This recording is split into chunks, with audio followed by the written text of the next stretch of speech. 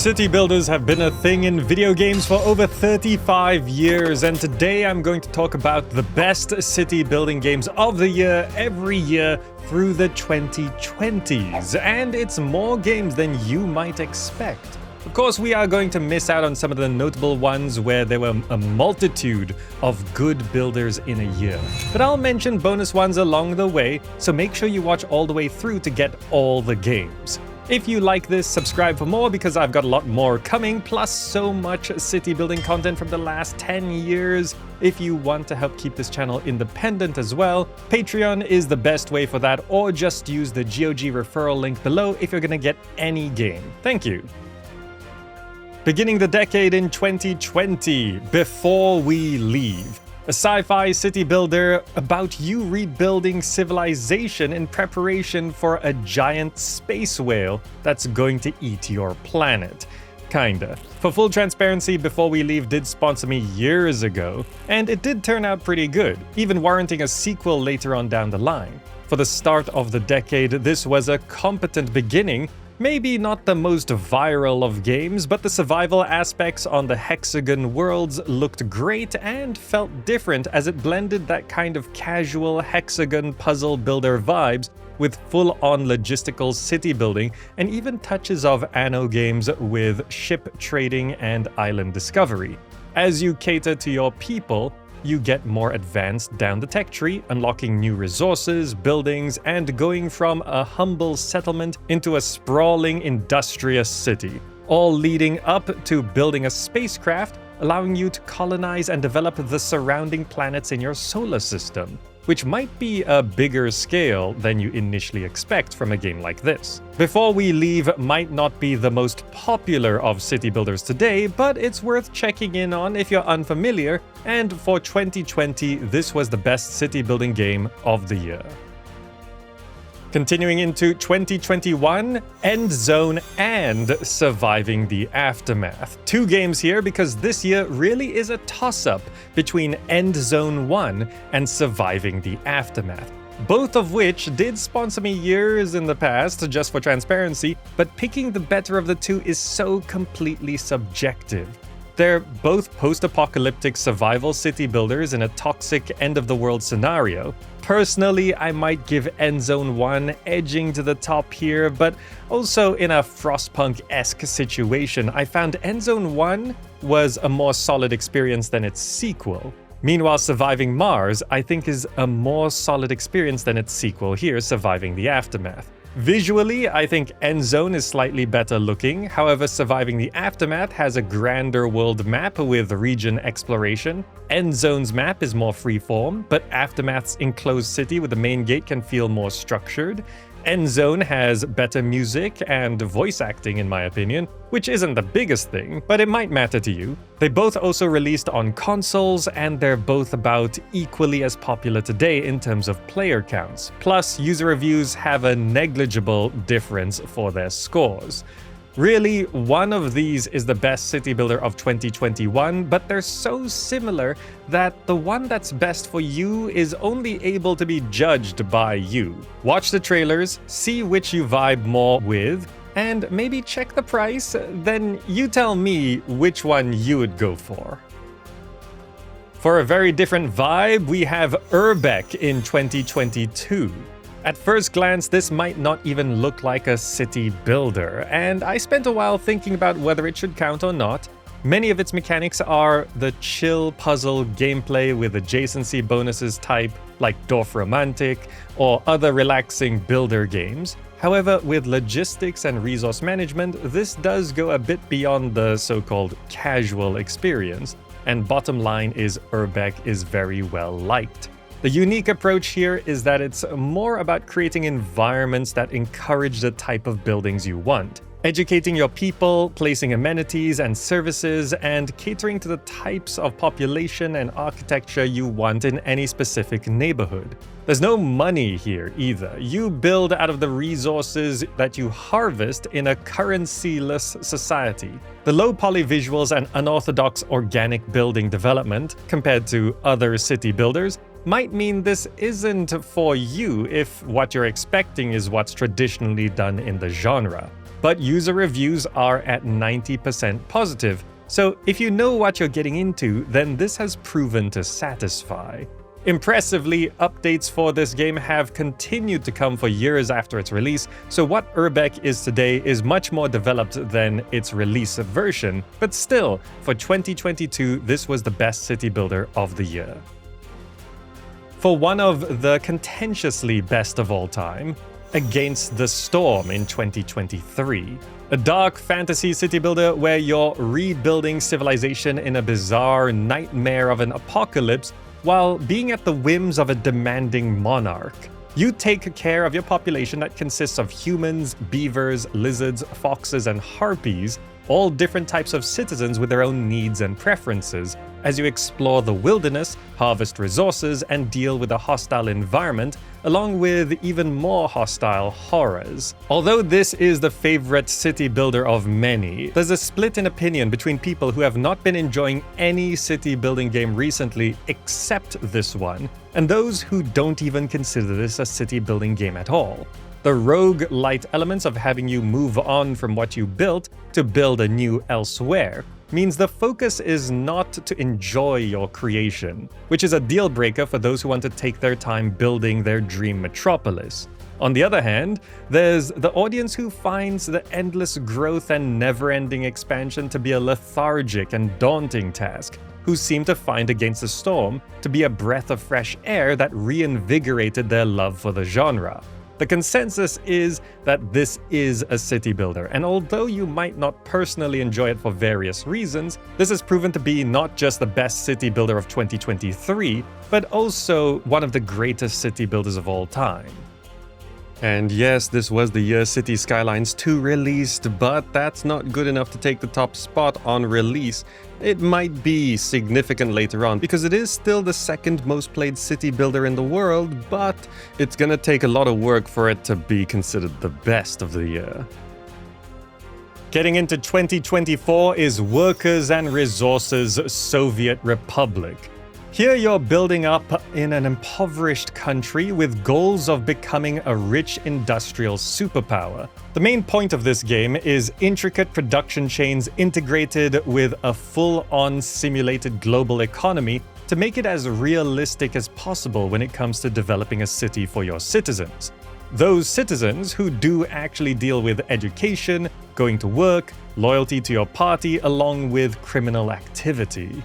Real economy and logistics of a city is what it's all about. So this is often considered to be one of the few true city builders because of how detailed its simulation is. Not to forget transit, traffic, and transportation infrastructure to move people and products around are going to be elements for you to design and manage. A modern setting is also rare throughout the city building genre, and although this isn't set in an actually recent modern day, this is at least an option that isn't staged in a historical fantasy or science fiction world.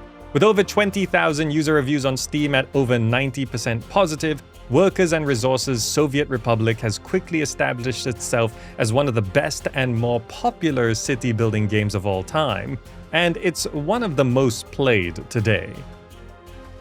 Now, 2025 is actually one of the best city building years we've had in a long time because of how many games fully releasing and in early access at the time. Though, as many of the top contenders have been in early access for quite some time, I'm going to prioritize Anno 117 or Anno 117 as the best city builder of 2025. I have played Anno 117 early. I've got a video showing off gameplay, and from what I can tell, it's fundamentally an Anno experience. And if you like Anno, you'll like 117. But of course, if you're not into any of the other Anno games, this might not be for you. Though it's a relatively high production value game and a mainline entry to the series, with a setting that people have been asking for due to the drought of ancient Roman city builders until recently. There are improvements with road building, ships can be customized and outfitted with what you feel is best, and of course naval trading, questing, object finding, and decorating comes along with all the city building, resource management, logistics control, and upgrading of houses. It's all here. Military does of course include naval warfare, but there are land invasions as well, where you can build walls with garrisons to defend yourself on all the islands you colonize. Having said all that, it's impossible to ignore that this is a Ubisoft game, which has been in the news recently for unsavory consumer practices, their EULA, and various other odd industry comments. It's known that the team that works on Anno games is kind of its own thing, but end of the day, you will be beholden to Ubisoft shenanigans with Anno 117. As bonus mentions, this is 2025. Of course, Foundation fully released at the start of the year, and for full transparency, Foundation did sponsor me in the past. It's definitely a great city builder that's very popular, medieval setting, and organic gridless building with modular monuments and larger constructions that allows a lot of natural customization. Also, the Wandering Village released in 2025 as well, a moving city builder where you build on the back of an onbu, a dinosaur-like creature that you have to live symbiotically with as you travel across the world going from biome to biome. Eventually you learn to work with the onbu or even exploit it for resources, but either way you're surviving a toxic world together, which is a unique setting for a city builder. In addition to those, Farthest Frontier has been delayed, but it's still a 2025 1.0 full release with a bunch of big updates to finalize the end for this one. This is a medieval setting, great-looking survival city builder that we've been watching through its early access years, and even if it had somewhat of a rough start, it turned out to be pretty well liked. Though note there are often performance issues with this one, which may or may not be solved more in the future. There are many others this year as well. Beyond These Stars, Endzone 2, Worshippers of Cthulhu, Town to City, PAX Augusta, Kaiserpunk, Memoriapolis, and more. 2025 is a packed year for city building. So for 2026, I'm thinking it's going to be Manor Lords? This game looks amazing, and its optimization plus smooth performance is even more astounding. A medieval setting survival city builder, it initially sounds like it's just like all the others, but as time has gone on, the game has grown and continues to explore new details and features, not just with the city building elements, but also the military, regions, trade, and logistical resource management. Although Manor Lords started as a solo dev project, it's now expanded to a more sizable team and has Hooded Horse as a publisher. I've talked so much about Manor Lords over the years, and it went semi-viral for the launch of Early Access. You probably know all about it, but just know that although updates do take their time, they have been consistently improving and expanding the game. The initial rough plan was to stay in Early Access for about a year, and I predict it's not hitting that mark, but I can see this reaching a full release with an additional year in 2026, and if that's the case, then I'm pretty confident that this would be considered the best city builder of the year. Then my best prediction for 2027 is that it's going to be Frostpunk 1886. A kind of reimagining of the original Frostpunk, which itself is already one of the greatest city builders of all time, and this improvement is promising new events, fresh mechanics, building new buildings, and more. Surviving in a frozen post-apocalypse, you build around a central heating pillar that keeps your people alive in a circular city, as they gather resources, manufacture goods, and try to eke out a living while making impossible moral choices. The ratio they're saying is that it's at least 30% totally new content compared to the original game, so it'll be worth jumping back in even if you've played the first iteration, but probably only if you haven't played the original for a while or never finished it before. It's being redone in an updated Unreal Engine, so better performance and graphics, plus mod support is on the way. It's scheduled for a 2027 release window, and if there's any other city builder that can compete with an improved Frostpunk 1, we're going to have a great year for the genre. For the final 2 years of the 2020s, it's going to be almost impossible to predict looking forward, but we can hope for certain things. Maybe a SimCity revival, we could wish. Tilted Mill has announced they're reforming, so maybe Medieval Mayor, Children of the Nile 2. Anything could be on the way. But what are you hoping to see in the future? Also, it has to be said that at some point Timberborn will release, and it's a very good city builder that's been in early access for a long time. They did sponsor us in the past for transparency, but we're just waiting on full release for this one, and it seems like they're just gonna wait for whenever they feel it's ready to release, which could be any year, probably within the next 5 years. And there you have it. I know there are many games that I have not mentioned. Please do let me know which ones you think I should have talked about, or which you think would actually be considered better than the ones that I listed. Keep in mind, I'm limited to the format for this particular list of the best of the year every year. So I tried to mention bonus ones as I went through, but let me know if you have any disagreements or other ideas of how you would have listed things. I'm very interested to hear your thoughts. Anyway, that's going to be it for now. If you enjoyed this, please do consider subscribing or following on Blue Sky, or maybe you could check out extra stuff on Patreon. But if anything, if you want to buy any of these games on GOG, do use the referral link down below as well. And because I'm a YouTuber, hit that bell, I guess. Thank you all so much for watching. I hope you enjoyed this and found it interesting and or useful, and I'll see you in the next video.